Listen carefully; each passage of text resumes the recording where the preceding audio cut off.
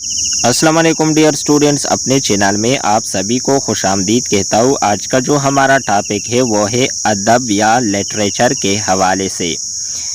अदब एक वसीउल मानी लफ्ज़ है।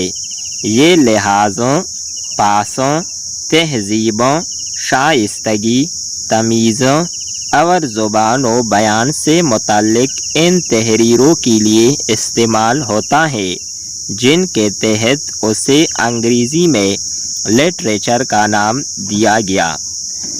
अदब के तहत शायराना, अदीबाना, रोमानवी, जासूसी, तंद व नसाइह वग़ैरह की तहरीरों के अलावा वो तहरीरी भी आती है जो किसी चीज़ की माहियत और फ़वाइद व नुक़सानात की तशरीह करती है।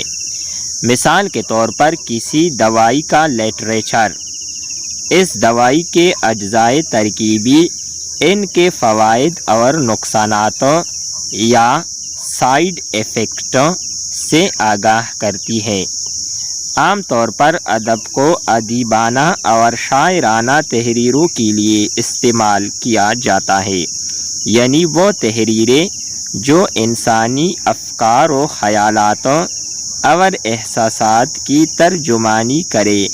नावल, अफसाना, ड्रामा, शायरी, मज़मून नवीसी जिसमें खाका नगारी और अंशा शामिल है, अदब कहलाते हैं।